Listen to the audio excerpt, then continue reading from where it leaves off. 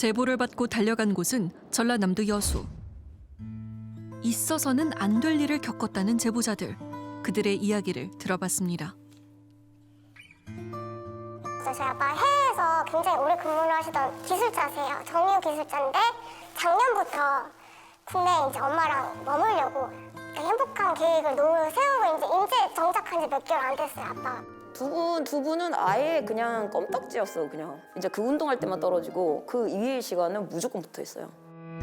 기쁠 것만 같던 이들에게 돌이킬 수 없는 시련이 찾아왔습니다. 엄마가 전화를 했어. 이제 뭐 아빠가 뭐 심장이 뭐 어쩌고저쩌고 말을 제대로 못하니까 간호조무사가 이렇게 받아가지고 자기가 병원으로 빨리 오셔야겠어요. 해서 저는 상황을 전혀 모르고 갔어요. 그냥 심정지 상태에 왔던 거예요. 아우, 아니 갑자기 어떻게 심정지 상태가 오죠? 아니 잘 지내시다가 왜 그렇습니까? 대체 아버지에게는 무슨 일이 있었던 걸까? 어느 날 탁구를 치던 도중 혼자 넘어졌다는 아버지. 아이고. 그 모습을 본 지인들이 있었습니다. 아니, 그러셨는데 여기가 딱 이 자리에 이렇게 하면서 던지신 거예요. 일단 바닥에다가 든 거예요. 남한테 걸렸다거나 어쨌든 한번 세게 넘어졌을 건데 본인 그냥 혼자 주저앉았으니까 그렇게 막 힘들게 넘어지지가 않았어요. 어머니가 동네 정형외과를 추천했고 곧바로 병원에 함께 방문한 부모님. 주사를 맞고 계산을 하고 로비에서 계산을 하면서 엄마랑 대화를 했어요. 내가 물리치료하고 있는 사이에 그냥 있지 말고 약국에 가서 약을 타와라. 그래서 엄마는 간 거예요. 내려가고 이제 그 사이에 이제 아빠는 물리치료실에 간 거죠. 진통제 주사를 맞고 침대에 누워 있던 아버지. 그런데 갑자기 일어나 도움을 요청하기 시작했습니다. 바로 물리치료사를 불러서 얘기를 해요. 주사 맞고 가슴이 답답하다. 숨 못 쉬겠다. 그래서 물리치료사가 주사를 놓은 조무사한테 보고를 바로 하긴 해요. 근데 그 조무사는 바로 원장한테 알리지도 않고 경력만한 다른 조무사한테 알려요. 그것도 자기네끼리 전화상으로 계속 알려요. 혈압 재고 뭐 산소 포화도 재고 하는데 그 사이사이에 산소 포화도 70%밖에 안 나오거든요. 근데 저는 이제 제가 간호사를 근무하고 있고 간호사 국가고시 딸 때 의료법에 대해서 기본적으로 시험을 쳐요. 보통 의학적으로 산소 포화도 70이면 투혼급이에요. 심정지 직전이거든요. 막판에는 아빠가 구토를 하기 시작해요. 쓰레기통 받치는 사진도 다 나오거든요. 그러고 나서 아빠가 바로 뒤로 넘어가요. 네. 아이고. 그제서야 원장이 나와요. 쓰러진 아버지를 보고 다급하게 심폐소생술을 시작한 병원 원장. 제3의 물리치료사가 와서 119에 그때야 신고를 해요. 네, 119입니다. 아, 예. 정형외과거든요. 지금 환자분이 디클로페낙 주사 맞고 물리치료 들어오셨는데 의식을 잃으셨거든요. 의식을 잃으셨다고요? 예, 좀 빨리 와주셔야 돼요. 예, 지금 숨은 쉬세요? 아니요, 지금 원장님이 확인하고 계세요. 지금 약간 동공 풀리셨고 지금 네, 저희 출동할 테니까 전화 끊지 마십시오. 출동하던 중 아버지가 심정지 상태임을 확인한 119 구급대. 현장에 도착한 119 구급대원들. 하지만 상황은 나아지지 않았습니다. 아이고. 한시라도 빨리 아버지를 응급실로 이송해야 했습니다. 응급실 도착 후 심장이 다시 뛰기 시작했지만 이미 뇌 손상이 심각한 상황. 구급일지의 심정지로 기록된 시간은 오후 5시 20분. 약 30분 동안 심정지 상태였습니다. 너무 길다. 심정지 상태로 30분 넘게 방치가 돼서 저산소성 뇌 손상으로 인해서 지금은 뇌사 판정을 받으셨어요. 도무지 이해되지 않는 상황. 아버지는 왜 뇌사 판정을 받게 된 걸까? 또 혹시 우연히 뇌출혈이나 이런 걸로 그러실 수 있으니까 CT를 찍어 보겠습니다. 그래서 동의를 했어요. 머리는 뭐 터진 것도 없고 머리는 아무 이상이 없는 거예요. 완전히 정상이다. 그렇게 나왔었어요. 이렇게 결과가 나왔으니까 저는 아나필락시스가 90% 이상이라고 생각을 합니다. 특정 물질에 대한 과민 반응, 즉 알레르기를 일으키는 증상인 아나필락시스. 아버지는 정형외과에서 진통제 주사를 맞은 뒤 아나필락시스 증상을 보였습니다. 아버님이 그러면 맞으셨던 주사는? 디클로페낙. 페낙이라는 거고요. 디클로페낙 계열의 주사인 거예요. 상당히 널리 쓰이는 전국적으로 쓰는 진통제 주사고 환자분이 이제 이런 어떤 진통제나 이런 거에 알러지가 있었는지 여기는 당연히 체크를 하고 있고 그거는 없다고 하셔가지고 간호조무사가 제 지시로 왔습니다. 엉덩이 근육 주사. 이제 처음에는 저도 진짜 알레르기를 일으켜서 그랬나 보다 그랬는데 디클로페낙을 다른 병원에서 여러 번 맞았다는 거. 그 아버지께서 과거 다른 병원에서 동일한 주사를 맞았다는 병원 자료입니다. 6번이나 맞으셨습니다. 의문의 쇼크. 전문가에게 의견을 물었습니다. 아나필락시 쇼크 자체가 우리가 예측하기는 상당히 어렵거든요. 이게 그전에는 약하게 반응을 하다가 요번에 주사를 맞았을 때 강하게 반응을 하면서 아나필락시 쇼크까지 이른 게 아닌가 그런 생각이 듭니다. 그 모든 약물이 아나필락시 쇼크가 일어날 수 있기 때문에요. 그러니까 쇼크가 일어났을 때 그 이후에 조치가 적절했느냐, 신속하게 적절한 조치를 했느냐, 이분이 가장 중요할 것 같고요.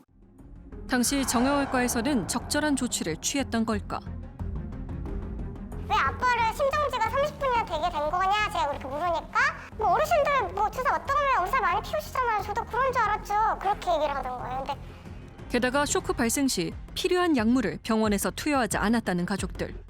엉덩이 주사로 페니라민이랑 덱사메타손이라는 주사를 맞다고 주장을 하고 있거든요. 메타손이. 근데 이런 게 염증을 가라앉히는 그 부가적인 주사일 뿐이지 이 알레르기 반응 쇼크에 대한 주 약은 아니에요. 원장은 이미 아버지가 아나필락시스 쇼크라고 판단했던 상황. 의사니까 봤을 때 이거는 아나필락시스 반응 왔고 쇼크라고 생각이 들었고 제가 보고서 바로 119 부르라고 했어요. 아나필락시 쇼크가 일어났을 경우에는 의학적으로 대응은 딱 정해져 있어요. 근데 가장 중요한 것이 에피네프린이라는 약물을 투여하는 겁니다. 이 주사 같은 경우는 혈관을 수축시켜서 뇌로 가는 혈류량을 유지시켜주는 건데요. 그 투여한 약물들을 보면 아나필락시 쇼크를 의심하고 거기에 대한 대응을 하셨는데 주사제가 좀 적절하지 못했던 것 같아요. 가장 중요한 것은 에피네프린입니다. 근데 에피네프린이 없었다고 하더라고요. 에? 결국 에피네프린 투여를 처음 시도한 사람은 구급대원. 하지만 이마저도 실패했습니다. 아니 이게 무슨 무슨 말이에요? 얘기죠? 정맥 주사를 놓으려고 시도를 했는데 혈관을 못 잡았다는 거예요. 2번 시도를 했는데. 그래서 또 그렇게 시간 보내고. 참. 해당 구급대원에게 직접 물어보기로 한 제작진. 여기가 현장에서 정맥 확보를 시도를 했는데 정맥 확보가 안 돼서 이렇게 병원에 사전 연락을 하고 개송을 했습니다.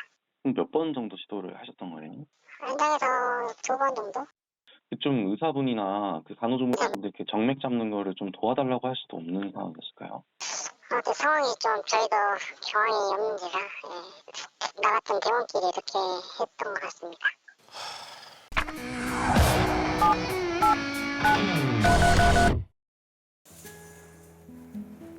뇌사 판정을 받은 아버지와 이별할 날이 얼마 남지 않았습니다.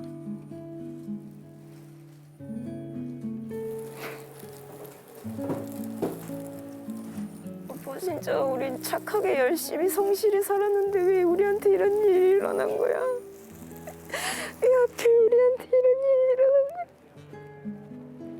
진짜 너무 아유, 너무 마음이 아프네요. 마지막에 쑥라떼가 맛있다고 내가 사줬더니 맛있다고 그랬잖아. 원래는 다 아빠가 알아서 해줬는데 진짜 어떻게 해야 될지를 모르겠어. 어떻게 해야 될까? 그리고 가슴 찢어지는 아픔을 또 한 번 겪게 된 가족들. 아버지가 깨어나지 못하자 가장 힘들어했던 사람은 그의 짝꿍 어머니였습니다. 아버지의 사고 이후 죄책감에 시달린 어머니. 자기 탓이다. 그 병원을 소개한 게 엄마니까 제 엄마는 충격을 받고 거의 10일 넘게 밥 한 술 못 넘겼어요. 물만 드시고 본인 때문에 이런 일이 벌어졌다고 생각하시고. 아이고 참. 그날 있었던 일에 대해 어머니는 따져 묻고 싶었습니다. 병원을 쫓아간 거예요. 막 이렇게 난리를 피웠었나 봐요. 그쪽에서 경찰에 신고를 한 거예요. 현행범으로 잡혀갔어요. 그래서 하루 종일 거기에 있었어요. 제가 일이 늦게 끝나가지고. 엄마가 차창에 갇히고 나서 극도로 엄마가 불안해하고 무기력감을 느끼셨다고 그러고. 남편을 위해 할 수 있는 게 없다고 느낀 어머니는 모든 의지를 상실했습니다. 이후 어머니에게 의미심장한 말을 들은 가족들. 전날이라도 계속 저녁마다 전화가 왔어요. 네 혼자 남겨놔서 좀 그런다. 너밖에 없는데 나 잘 있어라. 다음 생에 좋은 자매를 또 만나자. 그리고는 그것이 마지막이었어요. 자식들한테 고마웠다, 미안하다 그런 얘기를 다 전화로 직접 하셨어요. 아이고. 딸에게 꼭 해주고 싶었던 이야기. 미안하고 고맙고 다음 세상에 태어나면 좋은 부모 만나.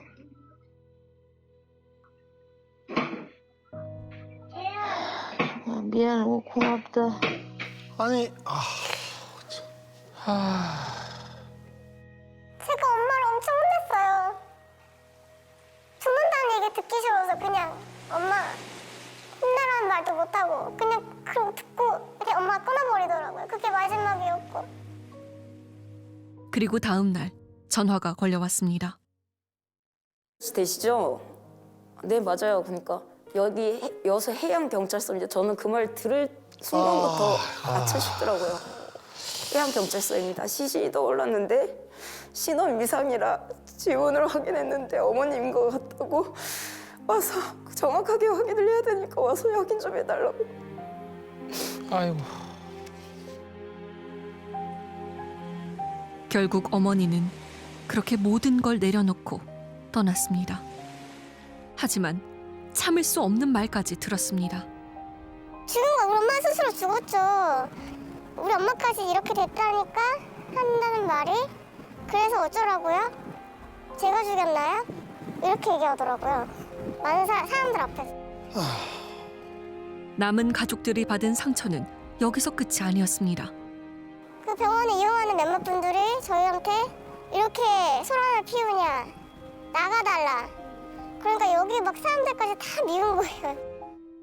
어머니가 떠난 지 벌써 한 달이 지났습니다. 엄마 나왔어. 꼭 이거 코스 갖고 왔어. 나 보고 싶어도 어떡해 엄마. 꿈에 자주 나타나야 돼. 저번처럼 울지만 말고. 엄마 아빠도 없는데 누구한테 울지하고 살아. 이제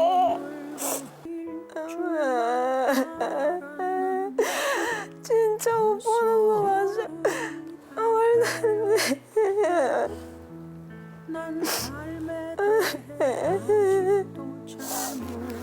많이 많이 사랑했어. 사랑해. 미안해 엄마. 사랑해. 사랑해. 자주 올게.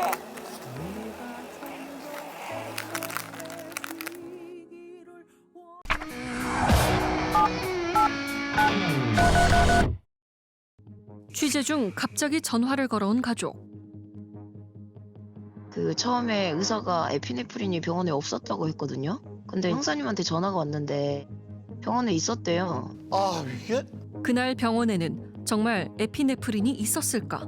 병원의 입장을 듣기 위해 찾아갔습니다. 저희 취재로 가지 않을 거고요. 저희 지금 조사도 받고 있어서 되게 복잡해요. 내부적으로도. 이제 스트레스가 장난 아니거든요. 친구들도 마찬가지고. 입장을 제대로 얘기해 주시면 되지 않습니까? 어차피 조사를 통해서 나타날 거고 저희가 뭐 수습을 어디 있다 그러면은 조사를 통해서 보겠죠. 아무튼 저희는 지금 이말 생각이 없으니까 계속 말씀하지 마세요. 이후 원장은 제작진에게 입장을 전해왔습니다.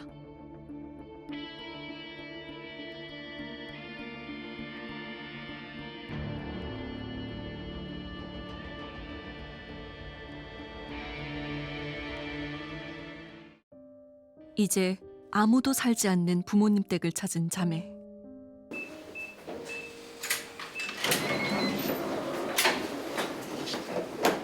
아직 슬픔에서 벗어나진 못했지만 부모님의 물건을 하나씩 정리해보려 합니다. 집안 곳곳 여전히 느껴지는 부모님의 온기. 다른 옷은 다 빨았는데 엄마 특유의 네. 살냄새 같은 게 있어요. 그래서 그때도 그렇게 좋아. 안 빨고 여기 일부러 놔뒀어요. 엄마 보고 싶으면 냄새 한번 맡으려고 그러는데 이것도 언젠가 없어지겠죠.